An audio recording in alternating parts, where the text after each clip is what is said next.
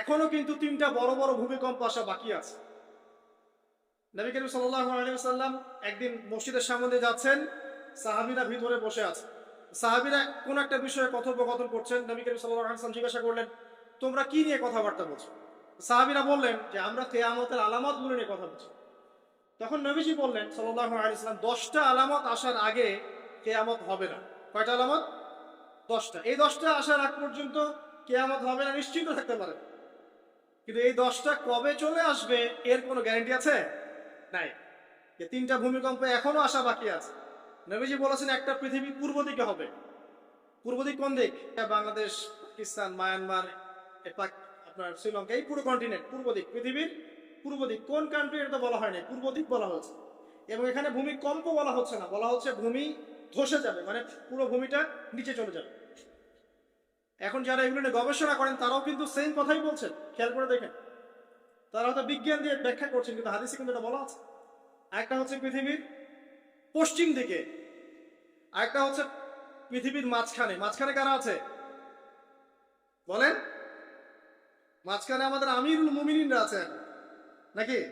যারা গান বাজনাকে উন্মুক্ত করে দিচ্ছে, যারা পর্দার শিথিলতা নিয়ে আসছে করছে, এরা আছে, আমিরুল মুমিনিনরা আছে। তো সেখানেও একটা ফিতনা অপেক্ষা করছে, অপেক্ষা করতে থাকেন। তো এই কথাটা বলতে গিয়ে আমি এখানে এসেছি। পৃথিবীতে কিন্তু এখনো তিনটা বড় বড় ভূমিকম্প বাকি আছে। আর সর্বশেষ আলামত হচ্ছে ইয়েমেন। ইয়েমেন থেকে একটা আগুন বের হবে, বিশাল আগুন। এই আগুনটা মানব জাতিকে হাসরের মাঠের দিকে তাড়িয়ে নিয়ে যাবে। এই 10টা আলামত না আসা পর্যন্ত কিয়ামত হবে না। অতএব আপনি এখন রিল্যাক্সে নাকে তেল দিয়ে ঘুমান নাকি ভাই? এই 10টা আলামত না আসা পর্যন্ত কিয়ামত হচ্ছে না। তবে এই 10টা আলামত আসার পটভূমি কিন্তু তৈরি হয়ে যাচ্ছে, এটা আমাদের খেয়াল করতে হবে। আচ্ছা আসেন, এই যে শুআয়ব আলাইহিস সালামের কওমকে যে ভূমিকম্প দিয়ে ধ্বংস করা হলো, এই ভূমিকম্প কখন আসে? আল্লাহ পাক বলছেন তার রাসূলের মাধ্যমে, যখন সমাজের মধ্যে পাপ বেড়ে যাবে, অশ্লীলতা বেড়ে যাবে, মানুষ মাদককে হালাল মনে করা শুরু করবে, জেনাকে হালাল মনে করা শুরু করবে, এবং এই যে বেপরদামি বেড়ে যাবে, তখন সমাজের মধ্যে ভূমিকম্প দেখা দিবে, ভূমিধস দেখা দিবে। গান বাজনা বাদ্যযন্ত্রকে মানুষ হালাল মনে করা শুরু করবে, তখন এগুলো আসবে। তো এগুলো কি আসার বাকি আছে? এখন কি মনে হচ্ছে? আল্লাহ পাক আমাদেরকে হেফাজত করুন, আমিন। বাঁচার উপায় কি? ওই যে বললাম, রব্বানা বলেন, আতিনা মিন লাদুনকা রাহমা ওয়া হাইয়্ লানা মিন আমরিনা রশাদা। এভাবেই ইতিহাস নিজেকে পুনরাবৃত্তি ঘটিয়েছে। এখন আপনার জন্য আমার নসিহত হচ্ছে, নবী সাল্লাল্লাহু আলাইহি ওয়াসাল্লাম বলেছেন, আমি শেষ জামানায় আমার উম্মতের উপর কিছু বিষয় ভয় করি, যে এগুলো আমার উম্মতের মধ্যে ঢুকে যাবে, আমি আশঙ্কা করে ঢুকে যাবে। কি কি বিষয়? এক নাম্বার, যে আমি আশঙ্কা করি যে আমার উম্মতের মধ্যে মূর্তি পূজা ঢুকে যাবে, মুসলিম কিন্তু স্ট্যাচু ওয়ার্শিপ করবে। দুই, আমি আশঙ্কা করি আমার উম্মতের মধ্যে রিয়া, রিয়া ঢুকে যাবে। রিয়াটা কি? লোক দেখানো আমল। রিয়া কি? লোক দেখানো আমল। ছড়িয়ে পড়ে নাই? এগুলো নবী সাল্লাল্লাহু আলাইহি ওয়াসাল্লামের আশঙ্কা ছিল। দেখেন সবগুলো এখন বাস্তব হয়ে গেছে। এভাবেই ইতিহাস রিপিট হয়েছে। আল্লাহ পাক এদেরকেও ধ্বংস করেছেন। এর আগে আল্লাহ পাক নূহ আলাইহিস সালামের কওমকেও ধ্বংস করেছেন। কি কারণে? তারা লাত, এই যে ইয়াগুস, ইয়াউক, নাসর, এরকম কিছু স্ট্যাচু ওয়ার্শিপ করত। এক পর্যায়ে আল্লাহ রাব্বুল আলামিন 950 বছর দাওয়াত দিয়েছেন নূহ আলাইহিস সালাম তার কওমকে। 950 বছর, 950 বছর দাওয়াত দেওয়ার পরেও তার কওম যখন আল্লাহর আনুগত্য করলো না, আল্লাহ রাব্বুল আলামিন মহাপ্লাবন দিয়ে তাদেরকে ধ্বংস করে দিয়েছে। এভাবেই যুগে যুগে ইতিহাস রিপিট করেছে। আমাদের নবী মুহাম্মদ সাল্লাল্লাহু আলাইহি ওয়াসাল্লামের সময়ও এই হিস্ট্রিটাই ছিল। আবু জাহেল, আবু লাহাব, উতবা, শাইবা যারা ছিল, তারা মূলত সমাজটাকে দ্বিখণ্ডিত করে ফেলেছিল, খণ্ডে খণ্ডে ভাগ করে ফেলেছে, ডিভাইড অ্যান্ড রুলের মতো।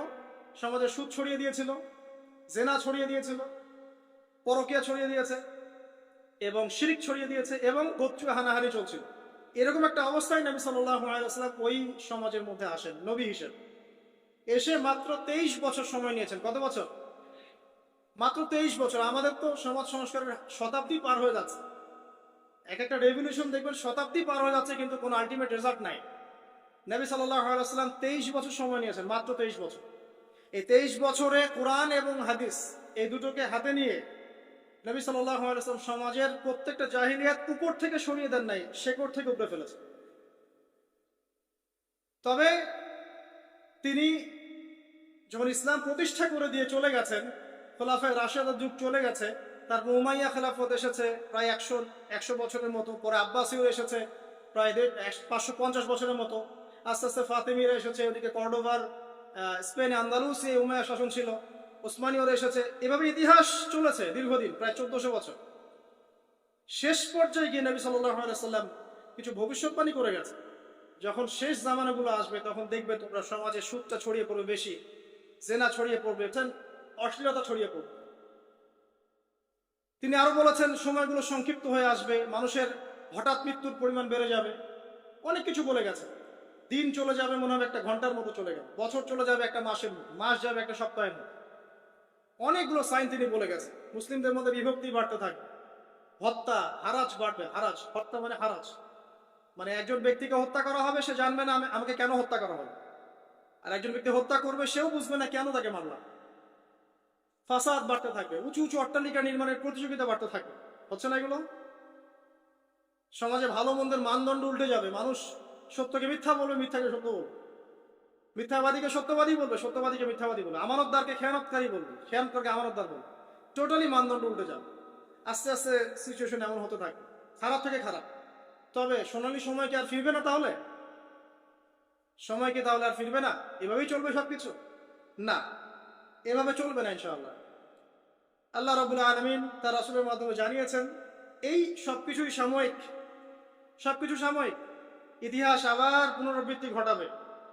ইতিহাস সভ্যতা শুরু হয়েছিল একজন নবী দ্বারা, শেষও হবে আরেকজন নবী দ্বারা ইনশাআল্লাহ। আগেকার পোশাক, 1000 বছর আগের পোশাক, শালীন পোশাক, তারা কিন্তু মুসলিম ছিল না। আপনি এই ব্যাবিলনের সভ্যতা দেখেন, ব্যাবিলনের সভ্যতা অনেক প্রাচীন, প্রাচীন না? এই সভ্যতার পোশাক দেখবেন, দেখবেন এটা অশালীন পোশাক ছিল না। এমনকি আইয়ামে জাহিলিয়াত যেটা আমরা বলি, নবী সাল্লাল্লাহু আলাইহি ওয়াসাল্লাম যখন জন্ম নেননি তার আগের সময়, ওই সময়ও যে মানুষ জেনা করত, মেয়েকে যে কন্যা সন্তানকে জীবিত দাফন করত, তারপরেও ওদের পোশাক শালীন ছিল। হঠাৎ করে বিশ্বে একটা সভ্যতা আসলো, তারা বললো যে পোশাক শর্ট হতে হতে হতে হতে এক পর্যায়ে বিকিনি পরে করা শুরু, এবং এখন ওরা সারা বিশ্বে ওটা ছড়িয়ে দিচ্ছে, আমরা সবাই ওটাকে গ্রহণ করছে। আবার বলছি 1000 বছরের সময়। এখন দেখেন আল্লাহ পাক কি বলছেন, ওয়াইদা ফাআলু ফাহিশাতান, ওই সূরার মধ্যে আছে, যখন তারা কোনো ফাহেসা কাজ করে তারা বলে, তারা বলে ওয়াজাদনা আলাইহা আবানা, ওয়াজাদনা আলাইহি আবানা, আমরা এগুলো আমাদের বাপ দাদাদেরকে দেখেছি করতে। যখন তারা কোনো ফাহেসা কাজ করে তারা বলে, অশ্লীল কাজ করলে বলে আমরা এগুলো দেখেছি বাপ দাদা পিতৃপুরুষ থেকে করে আসছে। আল্লাহু আমারনা বিহা, আল্লাহ আমাদেরকে আদেশ করেছে। আল্লাহ বলেন কুল ইন্নাল্লাহা লা ইয়া'মুরু বিল ফাহশা, আল্লাহ পাক কখনো অশ্লীল কাজের আদেশ করতে পারেন না। আচ্ছা, কুলুনা আলাল্লাহি মা লা তা'লামুন, তোমরা কি আল্লাহ সম্পর্কে এমন কথা বলছো যে কথা তোমরা জানো না? আল্লাহ কিসের আদেশ করেন? আল্লাহ বলছেন কুল আমারা রাব্বি বিল কিসত, হে নবী বলে দিন আল্লাহ পাক আদেশ করেন ন্যায়, ন্যায় বিচারের আদেশ করেন। ওয়া আকিমু ওয়ুজুহাকুম ইনদা কুল্লি মসজিদ, এবং প্রত্যেক নামাজের ওয়াক্তে নিজের চেহারাটাকে একনিষ্ঠভাবে আল্লাহর দিকে ফেরাবে, এই আদেশ আল্লাহ পাক করেন। ওয়া আকিমু ওয়ুজুহাকুম ইনদা কুল্লি মসজিদ ওয়াদউহু মুখলিসিনা লাহুদ্দিন, এবং একনিষ্ঠভাবে তোমরা আল্লাহকে ডাকবে, দোয়া করবে, এই আদেশ আল্লাহ পাক। তো আল্লাহ পাক কি অশ্লীল কাজের আদেশ করতে পারে? ইতিহাস পড়ে দেখেন, আমি নিজে হিস্ট্রির ছাত্র, আপনি পড়ে দেখবেন, পুরো ঐতিহাসিক পটভূমি পড়ে দেখবেন, মানুষ এই ঊনবিংশ শতাব্দী আসার আগে এত অশ্লীল ছিল। এখনকার বিশ্বে যত সমস্যা চলছে, কয়েকটা বলি, রিবা বা সুদ, জেনা, তারপর বেপরদামি অশ্লীলতা, 4 নাম্বার আপনার মাদক, ঠিক আছে, 5 যে বড় মহামারী পর্নোগ্রাফি, যত বড় বড় মেজর সমস্যাগুলো চলছে যেগুলো ইয়াং জেনারেশনকে ধ্বংস করে দিচ্ছে, এগুলোর ম্যাক্সিমাম এসেছে কি চীন থেকে। খেয়াল করে দেখবেন, এগুলো কিন্তু বাংলাদেশ থেকে আসে নাই, আসছে ভারত থেকে আসছে, পাকিস্তান থেকে আসছে, সাবকন্টিনেন্ট থেকে আসে না, এগুলো দেখবেন একটা নির্দিষ্ট জায়গা থেকে আসছে। তো এই কারণে আমাদের সতর্ক দৃষ্টি রাখতে হবে যে বস্তুবাদী উন্নয়ন সবকিছু নয়। হ্যাঁ, আমরা জিডিপি বাড়ালাম, ইন্ডাস্ট্রিজ গড়লাম, মঙ্গলে চলে গেলাম, চাঁদে গেলাম, ওকে ফাইন, এগুলোর কেউ বিরোধিতা করবে না, এটা ভালো, ন্যাশনকে এগিয়ে নিতে হবে, এটাই এডুকেট, তারও নয়, এবং এডুকেটেই করতে হবে, কিন্তু নৈতিকতার বিসর্জন দিয়ে নয়। নৈতিকতার বিসর্জন দিয়ে ধর্ম থেকে দূরে চলে এসে নাস্তিকতায় বিশ্বাসী হয়ে আল্লাহকে বাদ দিয়ে, রাসূলকে বাদ দিয়ে এই বস্তুবাদী উন্নয়ন আমাদের পরকালকে বাঁচাতে পারবে না। পরকালকে বাঁচিয়ে রেখে আমার দুনিয়াবী উন্নয়ন করতে হবে। এবং দুনিয়ার উন্নয়নটা অবশ্যই জরুরি। সারা বিশ্ব যখন এগিয়ে যাচ্ছে, আমরা কেন পিছিয়ে থাকবো? আমি তো এটাও বলি যে এটা অনেক মাদ্রাসার লাইনে যারা আছেন তারা আমার সাথে একটু বিরোধিতা করেন এই বিষয়ে, কিন্তু আমি নিজেই বলি যে সিলেবাসের মধ্যে পরিবর্তন নিয়ে আসার চেষ্টা করতে হবে। শুধুমাত্র এককেন্দ্রিক শিক্ষায় কেন শিক্ষিত হবো? এই যুগে চলার জন্য যে উপকারী জ্ঞানগুলো দরকার সেগুলো শিখতে হবে আমাদেরকে। আমাদের আইসিটির জ্ঞানের দরকার আছে, আমাদের ইংরেজির জ্ঞানের দরকার আছে, ম্যাথামেটিক্স দরকার আছে, সায়েন্সের দরকার আছে, আমাদের তথ্য প্রযুক্তি জানতে হবে, অর্থনীতির জ্ঞানের দরকার আছে, পলিটিক্যাল সায়েন্সের দরকার আছে, জিও পলিটিক্স দরকার আছে। এগুলো বাদ দিয়ে শুধু যদি আমি মুখস্থ করে যাই, এই জ্ঞানটা আমার কি কাজে দেবে আমাকে? এই কথাটা অনেকে নেগেটিভলি নেয়, কিন্তু আমি আসলে তাদের ব্যাপারে তাদের সাথে তর্ক করতে চাই না। আমি আমার কনসেপ্ট লালন করি, আমি এতটুকুই বলছি। এবং যারা শিক্ষিত মহল আছেন, বুদ্ধিজীবী মহল আছেন, যারা দেশ সম্পর্কে ভাবেন, যাদের নিয়ে ভাবেন, উম্মা নিয়ে ভাবেন, তারা কিন্তু আমার সাথে একমত হবে ইনশাআল্লাহ যে আমরা কিন্তু এই জায়গাটাতে পিছিয়ে পড়তেছি। আল্লাহ পাক আমাদেরকে কনস্ট্রাকটিভ সিলেবাসে পড়াশোনা করার তৌফিক দান করুন, এবং জেনারেল লাইন থেকে আপনি বয়কট করে একদম ইয়াতে চলে আসতেছেন কেন? জেনারেল লাইনে পড়ছেন, পড়েন, আপনার এই জ্ঞানটাকে আপনি ইসলামের কল্যাণে কাজে লাগাতে পারবেন না? সবাইকে কি আলেম হতে হবে? সবাইকে মুফতি হবে, মুহাদ্দিস হবে? অর্থনীতিবিদের দরকার আছে না? পলিটিশিয়ানের দরকার আছে না? ডক্টর ইঞ্জিনিয়ার দরকার আছে না? সব সেক্টরের মানুষের দরকার আছে। আপনাদেরকে আপনাদের জায়গায় থাকতে হবে, ওখানে থেকে আপনারা ইসলামের খেদমত করবেন, পারবেন না? একজন ডক্টর, তিনি কি ইসলামের খেদমত করতে পারবেন না ভাই? একজন সৎ নেতা, তিনি কি ইসলামের খেদমত করতে পারবেন না? একজন অর্থনীতিবিদ, তিনি যদি আল্লাহ পাকের হালাল হারাম মেনে অর্থনীতির কোনো বিধান চালু করেন, তিনি কি ইসলামের খেদমত করতে পারবেন না? তো সবাইকে কি বক্তা হতে হবে? সবাইকে আলেম হতে হবে? এক নির্দিষ্ট একটা শ্রেণীর মানুষ আলেম হবে, নির্দিষ্ট একটা শ্রেণীর মানুষ প্রশাসনে থাকবে, নির্দিষ্ট একটা শ্রেণীর মানুষ আপনার জনপ্রতিনিধি হবে, নির্দিষ্ট শ্রেণীর মানুষ ইকোনমিক সেক্টরে থাকবে। এইভাবে আমরা একটা জাতি গঠন করব, এবং সবাই হবে উভয় দিকে শিক্ষিত। একজন আর্মি অফিসার, তার উচিত হবে ইমামতি করার যোগ্যতা অর্জন করা। একজন ডক্টর, তার উচিত হবে ইমামতি করার যোগ্যতা অর্জন করা। আবার একজন যিনি আলেম, তারও উচিত হবে এমন পড়াশোনা করা যে পড়াশোনা দিয়ে তিনি কোরআন সুন্নাহকে হাতে রেখে ওয়ার্ল্ড অ্যাফেয়ার্সকে ডিল করতে পারেন।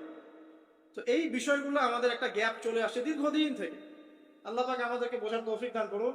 আর অ্যাটলিস্ট আমরা যদি নাই পারি, আমাদের দ্বারা যদি কিছু নাই হয়, অ্যাটলিস্ট আমাদের সন্তান সন্ততি যারা আসবে ভবিষ্যতে, আল্লাহ পাক তাদেরকে যেন ইসলামের জন্য কবুল করে নেয়। আমি আর ইসলামের জন্য কবুল করলে কারো কোনো ক্ষতি নাই।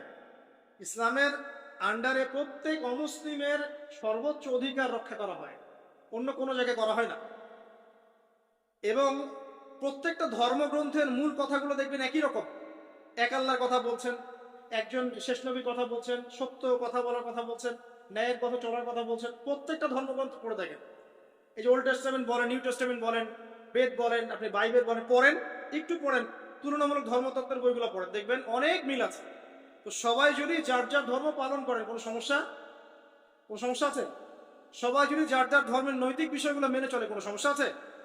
এই সহজ সরল কথাগুলো আমরা জনগণকে বোঝাতে ব্যর্থ হচ্ছি। এই সুযোগ নিয়ে এক শ্রেণীর মানুষ এক দলকে আরেক দলের বিরুদ্ধে লাগিয়ে দিচ্ছে, স্বার্থ খুঁজে, নিজের স্বার্থে, দুনিয়ার স্বার্থে, এবং ওই যে বললাম একটা সভ্যতার কথা, ওদের স্বার্থে শান্তিপূর্ণ একটা জনসমষ্টির মাঝে ফাসাদ লাগিয়ে দিচ্ছে উদ্দেশ্যপ্রণীত ভাবে কিছু মানুষ। এদেরকে চিনতে শিখুন, এদেরকে বয়কট করতে শিখুন। আল্লাহ পাক তৌফিক, বোঝার তৌফিক দান। যাক, আমি আর ওদিকে যাচ্ছি না। দেখুন, নবী মুসা আলাইহিস সালামের সময় হিস্ট্রি এভাবে রিপিট হয়েছে। আপনাকে একটা কওমের কথা বলি, এই যে শুআয়ব আলাইহিস সালামের কওম, যাদেরকে মাপে কম দেওয়ার কারণে আল্লাহ পাক ধ্বংস করেছেন। কোন কারণে? মাপে কম দেওয়ার কারণে। আল্লাহ রাব্বুল আলামিন ভূমিকম্প দিয়ে ধ্বংস করেছেন এই প্রথম এই কওমটাকে, যারা ছিল শুআয়ব আলাইহিস সালামের কওম।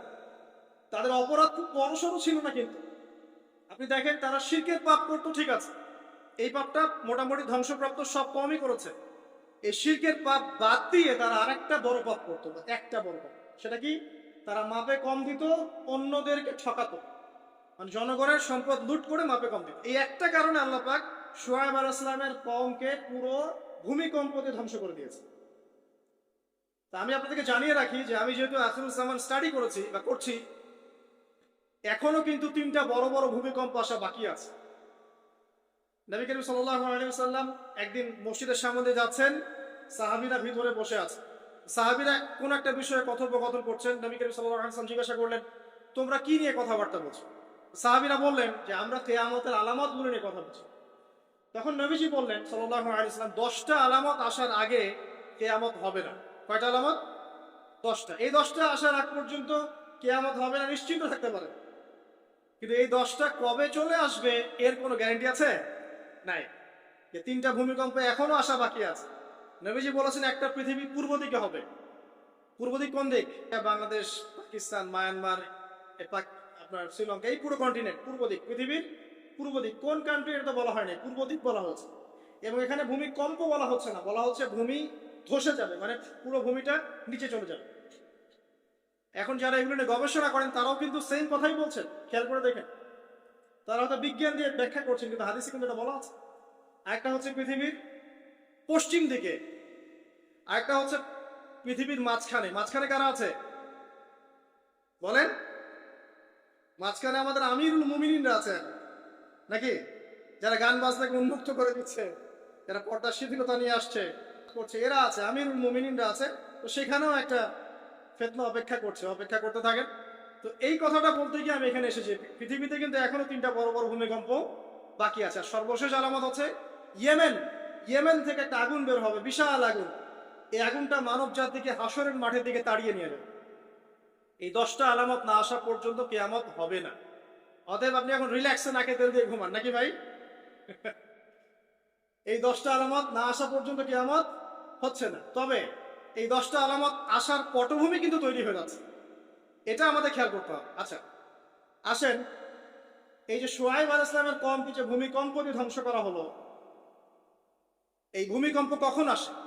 আল্লাহ পাক বলছেন তার রাসূলের মাধ্যমে, যখন সমাজের মধ্যে পাপ বেড়ে যাবে, অশ্লীলতা বেড়ে যাবে, মানুষ মাদককে হালাল মনে করা শুরু করবে, জেনাকে হালাল মনে করা শুরু করবে, এবং এই যে বেপরদামি বেড়ে যাবে, তখন সমাজের মধ্যে ভূমিকম্প দেখা দিবে, ভূমিধস দেখা দিবে। গান বাজনা, বাদ্যযন্ত্রকে মানুষ হালাল মনে করা শুরু করবে, তখন এগুলো আসবে। তো এগুলো কি আসার বাকি আছে? এখন কি মনে হচ্ছে? আল্লাহ পাক আমাদেরকে হেফাজত করুন, আমিন। বাঁচার উপায় কি? ওই যে বললাম, রব্বানা বলেন, আতিনা মিন লাদুনকা রাহমা ওয়া হাইয়্ লানা মিন আমরিনা রশাদা। এভাবেই ইতিহাস নিজেকে পুনরাবৃত্তি ঘটিয়েছে। এখন আপনার জন্য আমার নসিহত হচ্ছে, নবী সাল্লাল্লাহু আলাইহি ওয়াসাল্লাম বলেছেন, আমি শেষ জামানায় আমার উম্মতের উপর কিছু বিষয় ভয় করি, যে এগুলো আমার উম্মতের মধ্যে ঢুকে যাবে, আমি আশঙ্কা করে ঢুকে যাবে। কি কি বিষয়?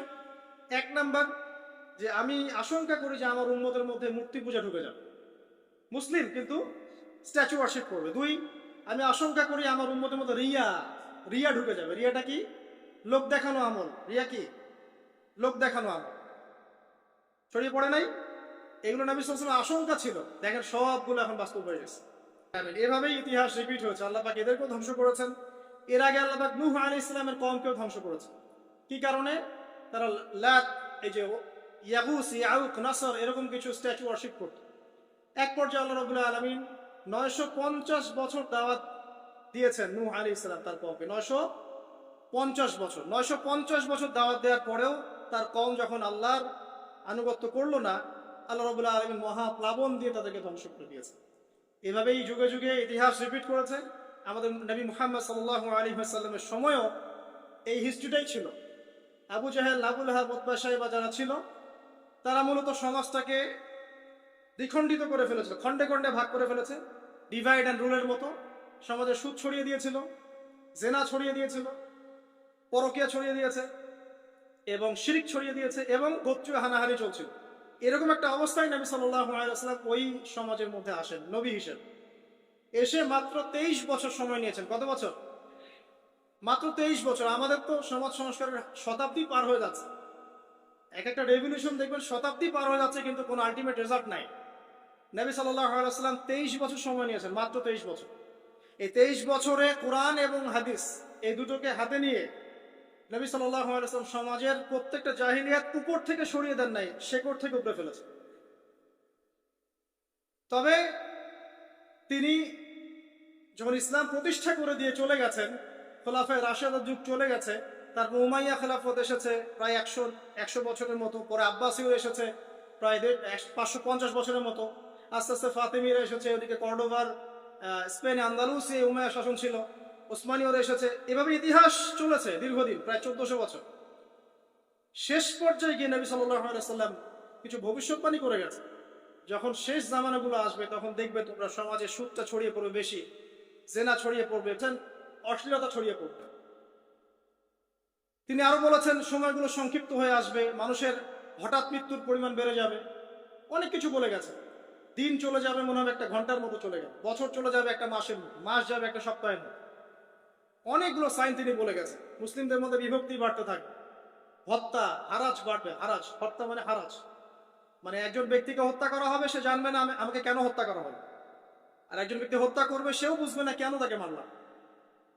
ফাসাদ বাড়তে থাকবে, উঁচু উঁচু অট্টালিকা নির্মাণের প্রতিযোগিতা বাড়তে থাকবে। হচ্ছে না এগুলো? সমাজে ভালো মন্দের মানদণ্ড উল্টে যাবে, মানুষ সত্যকে মিথ্যা বলবে, মিথ্যাকে সত্য বলবে, মিথ্যাবাদীকে সত্যবাদী বলবে, সত্যবাদীকে মিথ্যাবাদী বলবে, আমানতদারকে খেয়ানতকারী বলবে, খেয়ানতকারকে আমানতদার বলবে। টোটালি মানদণ্ড উল্টে যাবে। আস্তে আস্তে সিচুয়েশন এমন হতে থাকবে, খারাপ থেকে খারাপ। তবে সোনালী সময় কি আর ফিরবে না? তাহলে সময় কি তাহলে আর ফিরবে না? এভাবেই চলবে সবকিছু? না, এভাবে চলবে না ইনশাআল্লাহ। আল্লাহ রাব্বুল আলামিন তার রাসূলের মাধ্যমে জানিয়েছেন এই সবকিছুই সাময়িক, সবকিছু সাময়িক। ইতিহাস আবার পুনরাবৃত্তি ঘটাবে। ইতিহাস সভ্যতা শুরু হয়েছিল একজন নবী দ্বারা, শেষও হবে আরেকজন নবী দ্বারা ইনশাআল্লাহ।